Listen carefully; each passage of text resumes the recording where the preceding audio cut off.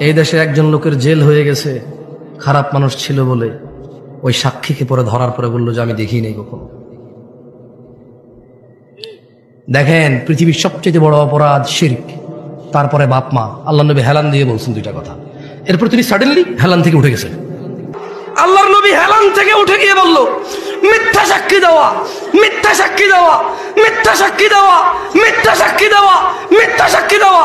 সাহাবারা সবাই বললেন, ওহো, উনি বলতেইছিলেন। আমরা সবাই ইতস্ত বোধ করলাম যে আহা, এইবার যদি আল্লাহ নবী একটু চুপ করতো, এইবার যদি আল্লাহর নবী একটু নীরব হইতো। এই মিথ্যা সাক্ষ্য দেওয়ার কথা উনি বলতেছিলেন। Repeat again. তিনি এটা বলছেন। সাহাবারা ভাবতে বাধ্য হলেন, আল্লাহ নবীর কষ্ট হচ্ছে, বলতেছে যদি উনি একটু এবার বন্ধ করতে বলা। মিথ্যা সাক্ষ্য দেওয়া এত বড় অপরাধ।